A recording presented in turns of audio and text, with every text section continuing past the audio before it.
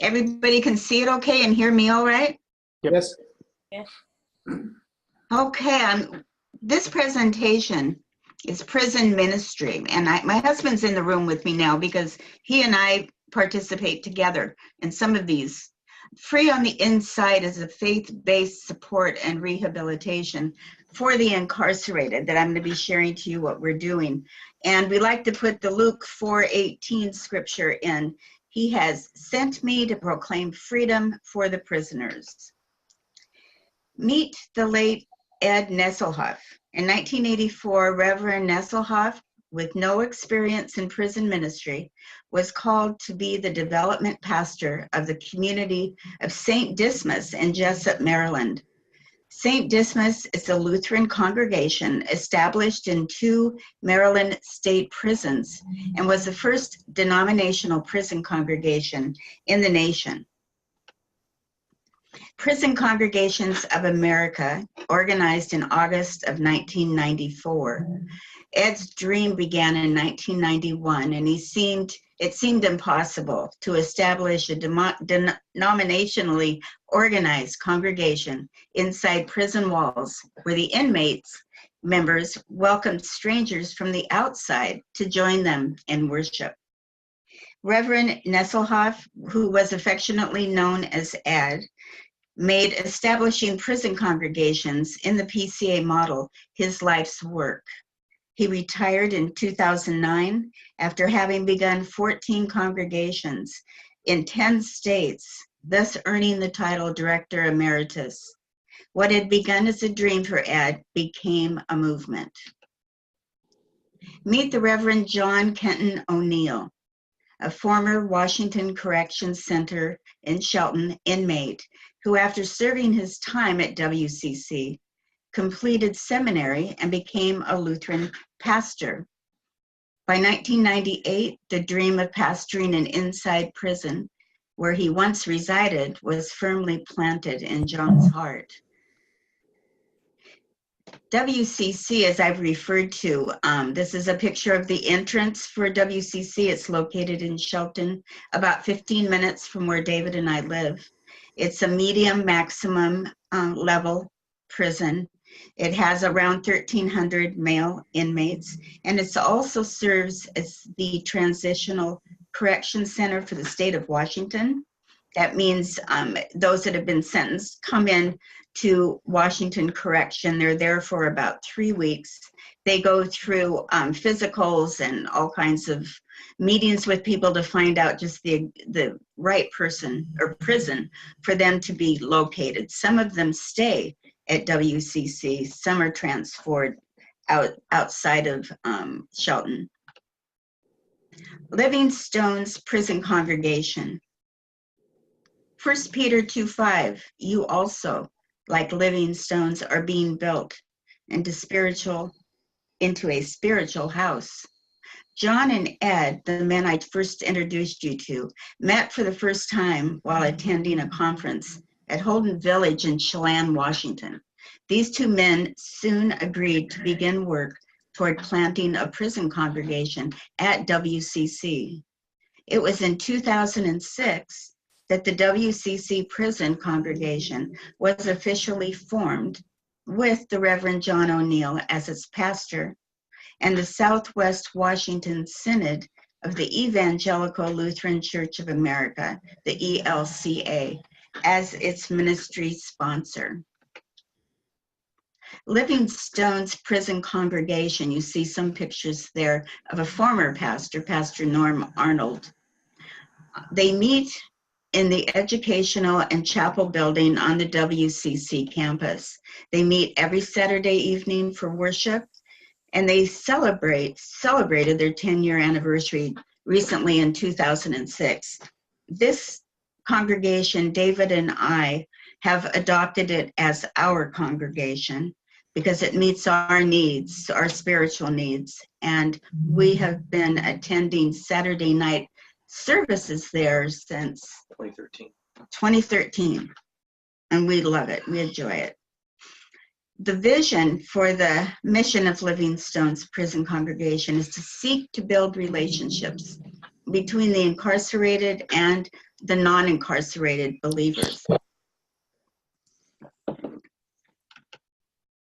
The Deacon Joiners, David and I, are Red Badge volunteers for WCC, and we became members, as I said, of this congregation in 2013. Being an ELCA congregation means that the Southwest Washington Synod of the ELCA employs the pastor, and the outside congregations of that synod visit those who are in the inside congregation.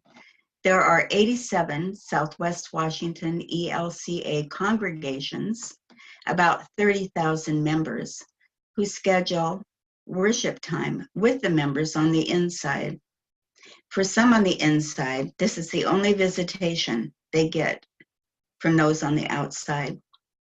The Living Stones Prison Congregation is a not-for-profit 501c3 organization. Living Stones is managed through a board of directors in conjunction with the Southwest Washington ELCA. And to the right, you see a recently hired Pastor Chris Odie. He is the pastor for the inside congregation, and it has grown now 60 to 80 members, men come every Saturday night. We did get up to 100 at one point, and the prison had to lower it because of the capacity in that particular room. Now we're going to look at WCCW, the Washington Correction Center here in Purdy. The custody level here is minimum and medium. Capacity level around 750 female inmates. It opened in 1971. It serves as the transitional correction facility also for the state of Washington. Their mission to improve public safety, vision, working together for safe communities. WCCW, a congregation in the making. This is pretty exciting. This is from a press release in 2016 from the Olympia Presbytery. The one denomination PCA did not have is Presbyterian. We have all of the others as members. This press release indicates at our May 21st meeting, the Olympia Presbytery unanimously approved partnering with Prison Congregations of America to plant a new congregation and worshiping community inside of the Washington Correction Center for Women in Gig Harbor, Washington. The prison is located on the north side of Gig Harbor in unincorporated Purdy. The PCA model is built on the conviction that a partnership is formed between the inmate congregation and the church in the larger community. As of February 2018, there are 35 prison congregations within 16 states, representing 9 denominations. The newest congregation, as I said, is located in Purdy at WCC. And this congregation was established in 2018, formed through the Olympia Presbytery. They recently hired Pastor Lane Brubaker. She's on the top center in that photo. Prison Congregations of America model is meant to be flexible enough to exist respectfully in the prison. The role and the function for the pastor and the congregation. The pastor is expected to be the spiritual leader of the faith community. The pastor receives wages from the church denomination. At WCCW, it's from the Presbyterians. She is considered a WCCW staff member and must complete a 10-week training program. The pastor preaches, administers sacraments, conducts worship, leads Bible study, and nurtures the spiritual lives of the members of the congregation. The congregation is defined by participation rather than formal affiliation, and includes any residents of WCCW and the staff members. Anyone who would like to attend is welcomed. And there are no special perks for the attendance or involvement for the inmates, other than the obvious, which is the opportunity to be in a loving, healthy, and mature community of faith. The deacon joiners, Pam and David, were Red Badge volunteers at WCCW as well. And I am on the board of the PCA organization and have been elected to the position of board chair for the year 2019-2020. I'm going to my first meeting in Chicago the end of this month. I'm pretty excited and pretty nervous about it too.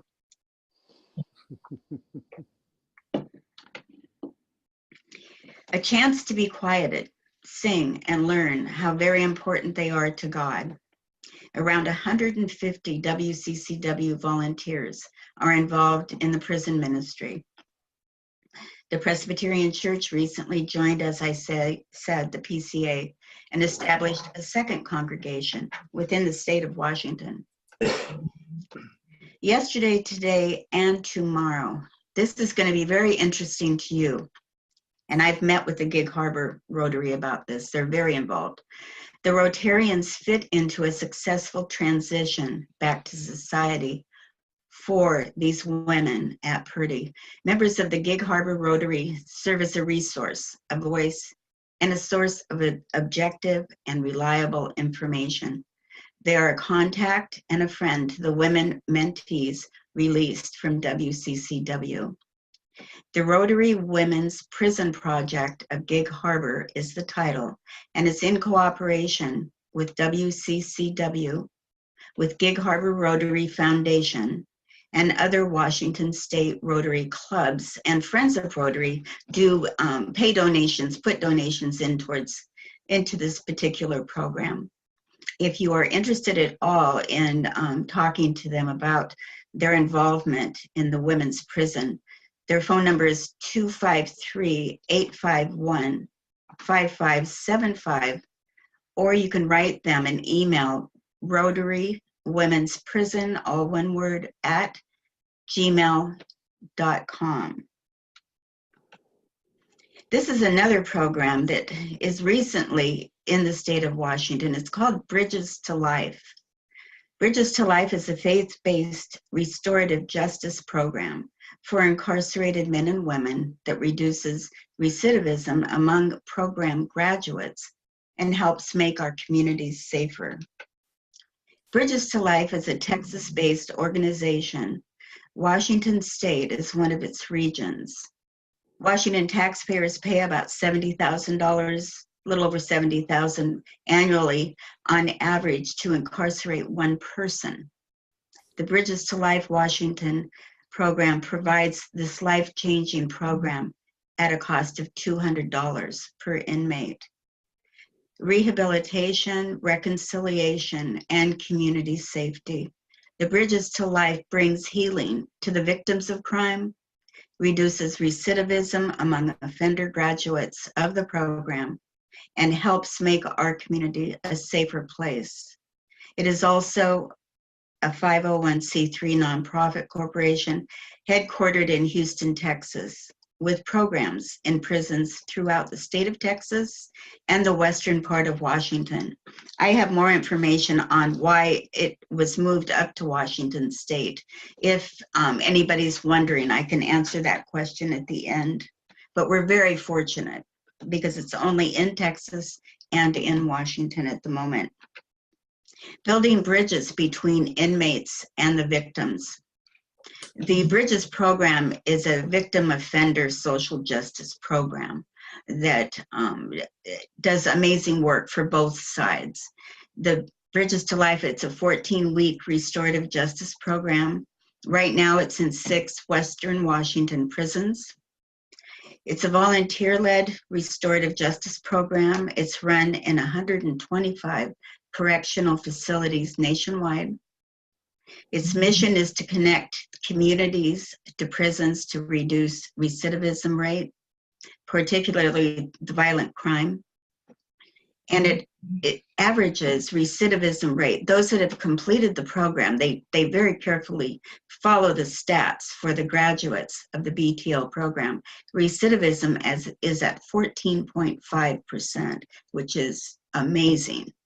And whereas our national recidivism rate is between 40 and 75%, depending on what study you're looking at. And recidivism, I'm sure you all know, but I'll remind you, it's those that have been released from prison. Recidivism, which ones have reoffended and been put back in prisons, or which ones have gone on to lead a healthy life. Above is, in this picture, is John Sage. He's the Bridges to Life founder, and he's talking with a 2014 graduating class down in Texas. Bridges to Life needs volunteers if anyone is interested. Any person who is seeking more peace in his or her life will benefit from the program. I can attest to that firsthand. The inmates are no doubt dealing with many difficult personal issues. Perhaps denial about the past actions or their effects, resentments at having freedom taken away, guilt and shame for what they have done and how they have hurt the people that they love. I'm a Red Badge volunteer for the Bridges to Life program at Mission Creek Women's Prison, and also the picture above right, and also at the Washington Correction Center for Men below right. It's an amazing program, and I have seen transformations that are pretty amazing. Our culture is changing, which is such a wonderful thing. Justice for past misdemeanor convictions.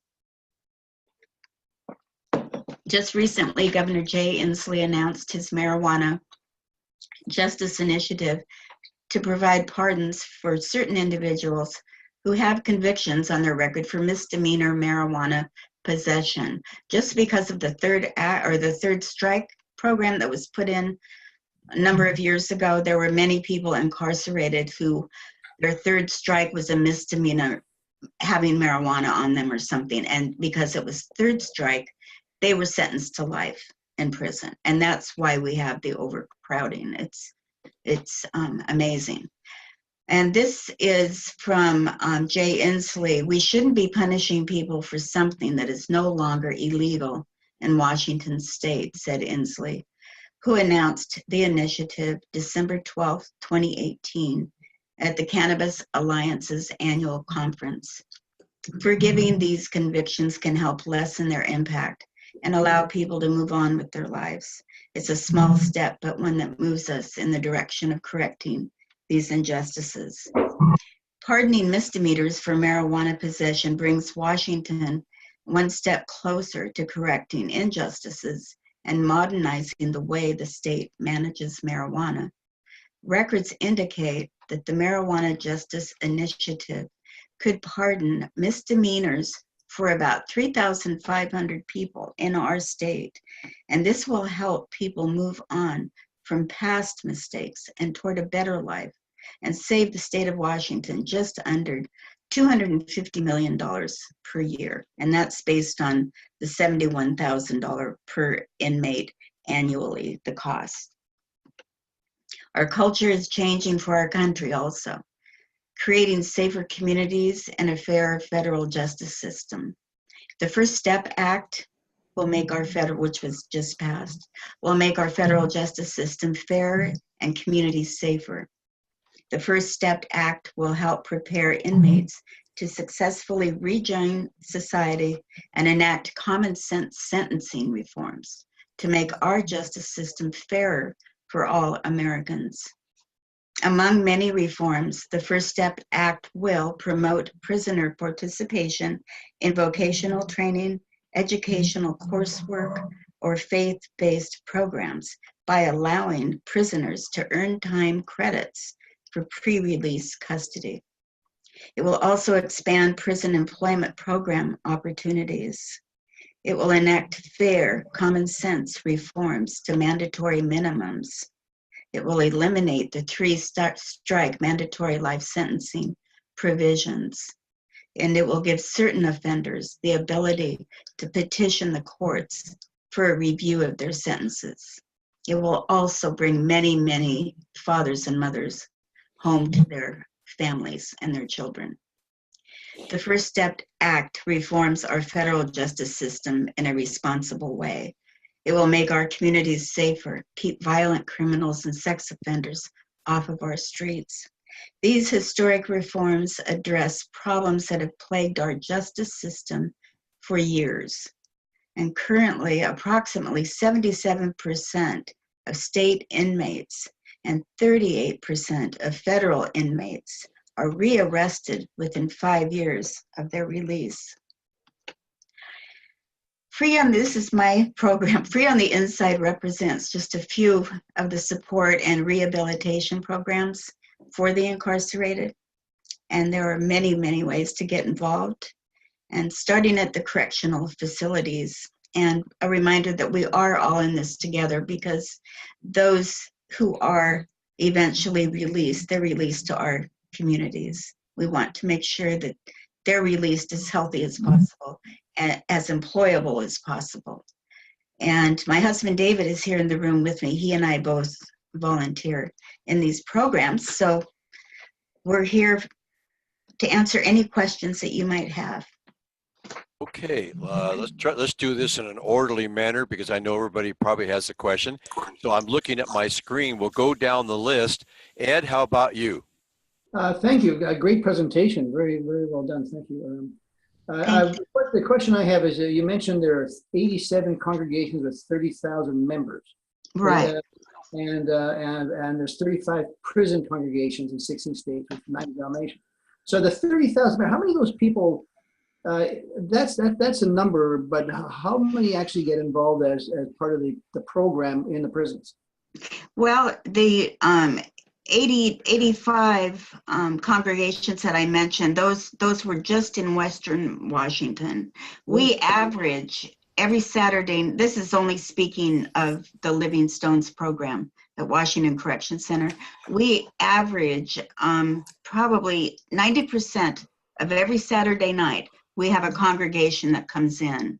And the maximum that the institution will allow is 10 people. So that's about 100 people on average, and that's only for the Living Stones program. As I mentioned, there's many, many volunteers that come in for other purposes. I'm sorry, that's the last question I had was, okay, tell us how the Texas and West Washington got connected. How they got, okay. There's a woman, a fabulous, amazing woman, Judy Dubar, who was living in Houston, Texas. She and her husband, they were CEOs in the IBM business down there. And a number of years ago, their 14-year-old daughter was murdered by a 12-year-old neighbor boy. And it was 2 years after that happened that she found out about Bridges to Life, the offender victim restorative justice. She got together with the person, with John Sage, and started volunteering for the program, and she saw the extreme benefits of it. And so she was involved down in Houston area for about 9 years. Her husband was transferred up here to the state of Washington. They moved up here, and for 2 years, she was comfortable. She liked the state of Washington, but she was really missing the program. So she got a hold of John Sage and asked if there was any way she could start a region up here in Western Washington. They made that happen. And so Judy is like a one-person program. She's a dynamite woman. And so she goes around, sets up these programs, as I mentioned, in 6 different prisons in the state of Washington. And she finds the volunteers, such as myself. For WCC, we go 1 night a week on Thursday. When we arrive, all of the men come in. There's about 60 men in the one up here. And for the first hour, there's just an opening. There's also a speaker, which is usually a victim of crime, who tells their story. If we don't have a speaker, we have a video of a victim. After that, we go into separate small groups of about 10 people, and I'm a facilitator of one of those groups. Those that are taking Bridges to Life program, they have a workbook, and then they have a book to read. They are mandatory. You can only miss 2 sessions, and you must do your homework every week, bring it in. And as we sit around the table, we share our answers to our homework with each other. We're a very, what's the right word to use? We're a safe place for the men. To speak about anything. During the program, before it's over with, they must write 2 letters, one to their victim, one to a member of their family. The victim is not mailed, but they must read it aloud to the group. And they must also tell the group about their crime and allow us to ask them questions. And for these men, I've watched men that are, just some of the most men that you would be going on the other side of the street if you saw them coming. I mean, tattoos, and they're big and they look mean and everything. And I've watched them tell their story about what they did, and now they're understanding that poor person, whatever the crime was, they understand how terrible it was to do that. They understand how it affected more than just that one person. It affected their family. It affected the victim's family. And to watch them shed tears over this, they begin to understand the emotions they have within themselves. And once they tell their story, they're able to tell their story again and again. And they're able to then look at their upbringing, what it was like and where it was lacking. We go through a forgiveness portion in the book. There is a redemption portion in the book. They begin to understand that those forgiveness and all of those things, they are as able to receive and to give the same things that other people on the outside are able to give, love. And it's an amazing, it's almost like watching a miracle happen, truly, sitting there with them. And those that have completed the program and done a fine job are asked to come back the next year and help facilitate a table. So you have an experienced inmate sitting there with the newer inmates, and how that helps to bring them along. That was a long answer, wasn't it? That was wonderful, Pamela. Ed, do you have any more, or should we go down to Chuck? Keep going. Okay, Chuck, how about you? Well, I have one question with 2 parts. You talked about creating a community of faith, and I was curious whether this community of faith extends outside the bars of the prison.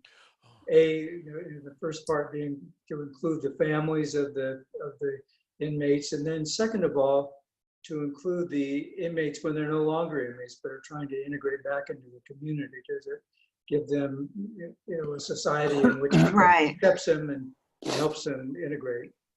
That's a great question. And re-entry is a big part of all of these programs. And it's something that I know for us, we're working on within the Living Stones Board of Directors and within prison congregations. There are some different churches that have allowed, it's an area that, you really have to educate people about this. This is going to affect the congregation on the outside. Are they willing? You have to be sure the entire congregation agrees and are willing. There are some that have said yes. And there's some in Tacoma that have said yes. And so what the perfect formula for this would be that the families of the incarcerated person begins attending at that particular faith congregation before their family member gets out. They're making friendships. And then when the inmate gets out, he's welcomed into that community. He's given strict guidelines of do's and don'ts at that facility. So my answer to you is yes, it has happened. It's happening very slowly. We don't have enough volunteers, and it happens slowly because of educating. I think as the younger generation starts coming into this, it will go quicker, because there's quite a stigma, of course, for different generations, those that are incarcerated. And in some congregations, it's just not going to happen. So did that answer your question? Well, I'm curious, you said something. You said that if someone who has served their sentence and is trying to get back into society Right. wants to go to one of these churches that comes into their into the prison to counsel them, if they want to join that congregation, then they're subject to strict rules that other people in the Yeah. congregation aren't Well, by. there's one congregation in particular that I'm thinking of where it was a sex offense. It was a molestation offense, because the members of the church have to know what the person, was in for. And even though this person's gone through rehabilitation and so forth, they had to know the strict guidelines of they could not, go down into the children's area of the church, things like that. So it kind of depends on what the offense was. The inmate and family have to be completely transparent, and it has to happen. They have to receive this family and the inmate eventually. That has to be determined long before the person is paroled. But there are some churches, yes, that are doing it, and it's a great thing that David and I see on Saturday nights. Some of the same churches come back. The most they can come back on a Saturday are 2 times, because there's a lot of congregations. Some congregations aren't interested, and that's okay. That's their choice. But relationships are formed from some of these congregations, the members that come in. David and I chose Living Stones because we were just not finding what we needed at a regular church service. And we are here to tell you that every Saturday night, it's the most beautiful spiritual experience we've ever had. And the joy when we leave there is abundant. And we have formed very close friendships with these men. And that happens with visitors that come out. And there's other people besides David and I that become Red Badge volunteers. They can come more often if they would like to on a Saturday night. And they do that. Okay, Chuck, did that answer all your questions? Yeah, but Maybe you could answer. but in addition to just welcoming them, or even with caveats, into the congregation, do the churches help these people integrate? I mean, do they, when they come out, are the congregations a source of help to help them get You want to answer reintegrated? that, David? I'm going to have David answer that question for you. Hi there. Yes, as from the limited amount of what we've seen at the churches that take it, we're particularly thinking of church between Tacoma and Puyallup, Lutheran Church of Christ the King.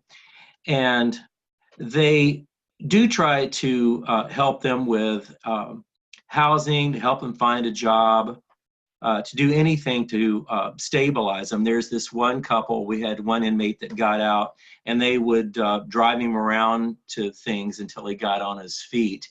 And eventually he moved from there up to Burien and some other points, got his own job and was on his own. But many times if a congregation is going to take an inmate in, there might be a couple or more than a couple that will pitch in and try to help the inmate get settled, because they have a lot of challenges when they get out, of course, not the least of which is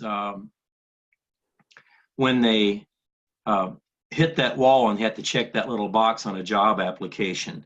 And so to find a business might need a pretty good endorsement from somebody that's in the congregation and wants to take that on. And this would probably be a good time to throw in that it's, I know what the Gig Harbor Rotary does is to remind a lot of business that there are actually federal tax breaks or funding or something like that. I think it's mostly in the form of breaks that if you hire incarcerated people or people that have gotten out, it can actually be quite financially beneficial to your small company or even your large company. That's right. Get a tax break. Did that get an answer for you, Chuck? Oh, well, yeah, I appreciate the response, yes. Good. Sure. I wasn't trying to put anybody on the defensive. It was just No. trying to Oh, no. understand what No. the extent of the ministry. No, I think No. it's a good question, Chuck, because It they was. do all this work to help someone, and who on the outside is going to carry that Yeah. work on? Good question. Just to follow up, Pam, to what you said and Yes. David said, there's a business here in Tumwater called Western Meats. Oh. Wonderful community business, a local fellow. They hire. Okay. Oh, wonderful. They hire out of for lack of a better term, out of prison. Mhm. And Right. they have a supervisor on every ship. They're a meat packing, local That's meat great. packing company, and they sell retail out of their front as well. And there's a I've been there many supervisor. times. So what's that? I've been there many times. It's a great meat market. Okay, good. I'm glad you've been there because Dennis Meidler is the owner, and he hires former prisoners, and but he has a supervisor on every shift to make sure that things are okay. And he has Yeah. had no problems since he started using that program. That's great to hear. Yeah. That's great to hear. That's one of the things that I would want to throw out there is that while anybody thinks that taking in someone that's committed crimes, particularly if it's larceny or something where you think maybe they're going to rip you off, but what we have found out there that outside of our services, just talking to the men that have some little job there at the prison, they work in the kitchen or they work in the garden or something, is that they are so anxious for meaningful work. Probably the greatest burden in prison is just boredom and routine. And in the service, if they can help prepare communion or clean up or pass out Bibles or put them back on the shelf, just anything, they just jump all over it. They're so anxious to be helpful to anyone and to do anything that's meaningful. And I would venture to say that not in all cases, but in quite a few, that to hire a person that's gotten out of prison, that to have any kind of job, particularly something that pays more than 35 cents an hour, they are so glad to have it, they'll never take it for granted. Right. And will bend over Right. backwards for you. And quickly, I know we're short on time. Gig Harbor Rotary, one of the bigger things that they do for the women is get them enrolled in either community college or a 4-year college, if that is something the woman wants to do. They do all of the planning and the work towards getting that done. Gig Harbor Rotary is really involved. I think that Gig Harbor Midday helps also with the women's program. They do, yes. They have two Rotaries. Before I go to Fred, I think, Chuck, did you have a last comment you were trying to get in? No, I was just mentioning if you see Dave's Killer Bread for sale, that, the Dave was a incarcerated person and they hire former people who are incarcerated. That's right. Yeah, that's right. Fred, how about you? Sorry, how many questions? Well, yeah, two. Pam, what kind of qualifiers do the prisoners have to go through to be able to go to service, one? And then two, on the other side, if you are going to worship there, what kind of training do you have to go through to be able to go into the prison? Qualifiers, they have to send in what's called a kite. It's a sheet, it's a request to attend the service on a Saturday night. It has to go in at least 2 weeks ahead. And if they're on the list to attend, and if they don't show up and they don't have a reason why, then they're kind of demoted where they can't go again for another quite a long time, a month or so. They have to be a good, quality person that has not been getting in trouble. And There's only 3 units that qualify. yeah, there's only 3 units in Shelton that qualify to go to the congregational Saturday night services. Yeah, And- I mean, okay, so there's a small segment of the population in Right. prison that is even qualified to do this. That's right. Okay. That's right. Okay, all right. That's what I thought. Yeah. And then for us, we call it Red Badge.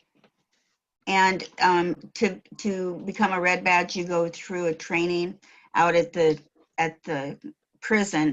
It takes an afternoon to go through the training, and then once a year, you have to, especially for the PREA, the Prison Rape Elimination Act. Yeah, you have to take an online quiz every year to make sure you're up with all the statutes and everything else. Mhm. And that's it. So, sounds similar to what I learned about last year in there's a fairly extensive prison behind bars yoga program. I don't know, are you Oh. familiar with that? No. Where yoga teachers go Yes. and go into the prison and teach yoga. And evidently Bars. there's a tremendous amount of interest in that from the prison community for the same reason Yeah. someone was talking about before about boredom and so forth. But Right. I wondered if it was similar. It sounds like it is. We participated at the women's state prison in Denver in a gymnasium with about 300 other women. We all got down on the floor and did yoga, and then we had a church service. Yeah. Oh, It wow. was yoga and a church service at the same time. It was really interesting. They messed up. They forgot to book the gymnasium for the church service. So we said, well, we'll just blend the two together. And it was great. There's no better way to lead into worship than to do 30 minutes of yoga. Really Yeah. opens your head up. That's great. That's great. Okay, Fred, any more questions before I go to No, I'm Tanya? good. No, All go right. ahead. Tanya, how about you? Yeah, I was wondering, what are the requirements to become a volunteer? You have a background check to be sure that you're not a fugitive. And there's no other qualifications except for going through the program, the training, which the women's prison, it's in the evening. It's about a 3-hour training program. You give them all of your information, your personal information, so they can do a background check on you. And depending on what kind of volunteer service you want to do, there would be training involved, of course, within that area. The women's prison has a really big program with the dog grooming and dog training and things like that. And Tanya, if you would like to talk to me after, call me anytime, and I'd be happy to share with you. And we could get you in, any of you, if you want to just have an experience. We would need 2 weeks advance notice, but we could have you come with us on a Saturday night or another time. Just let us know. Also, are there requirements on what faith you are to be a part of the volunteer program? No, none at all. None at all. In fact, in the back wall of Livingstone's congregation, there is the Last Supper, the big table, and there is Jesus in the middle, and then every other person is some other type of religious belief. There's Buddhists, Hindus, Muslim. It's just, it's the right way to live as far as embracing everyone. Okay, that's good. Okay. Anything more, Tanya? I'm good, thank you. Okay. And, oh, there you are. Jen, do you have any questions? Yeah. Hi. This was a Hi. really interesting presentation. I really appreciated knowing what your Rotary is doing and what you're doing. That's just great. Thank I you.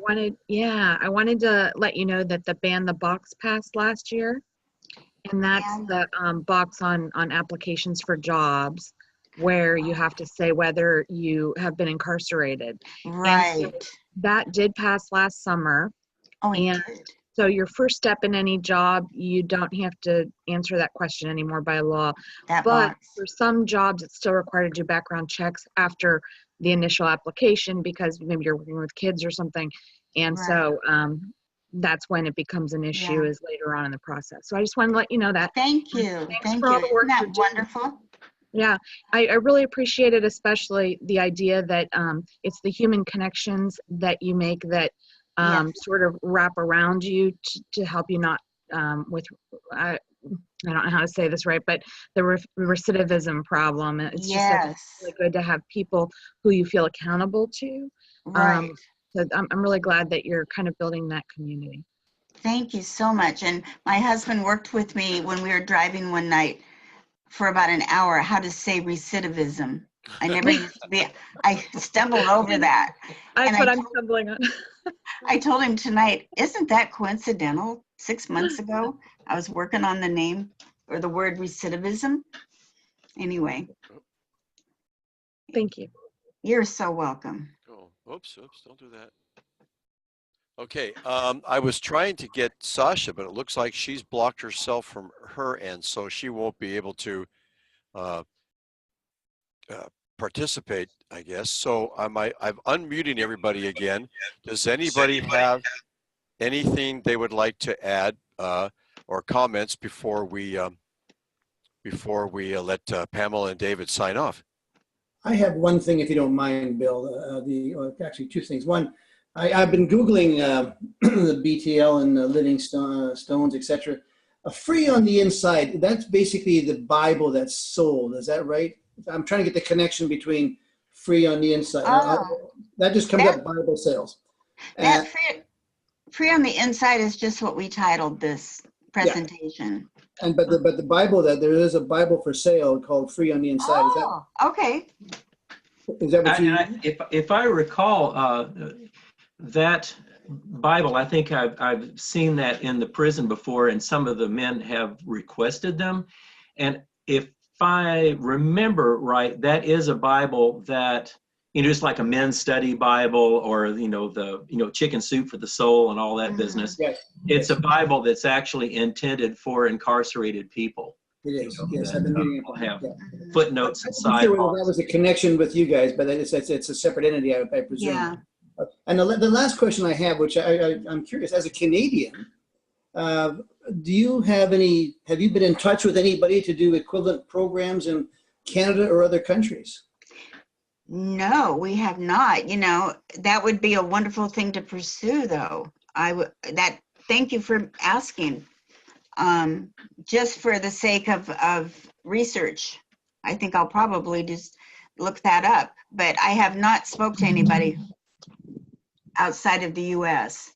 about this. Okay, Pamela, to follow up on that, one of our past district governors here in 5020 was a parole officer for the worst type of offenders on Vancouver Island, Judy Byron.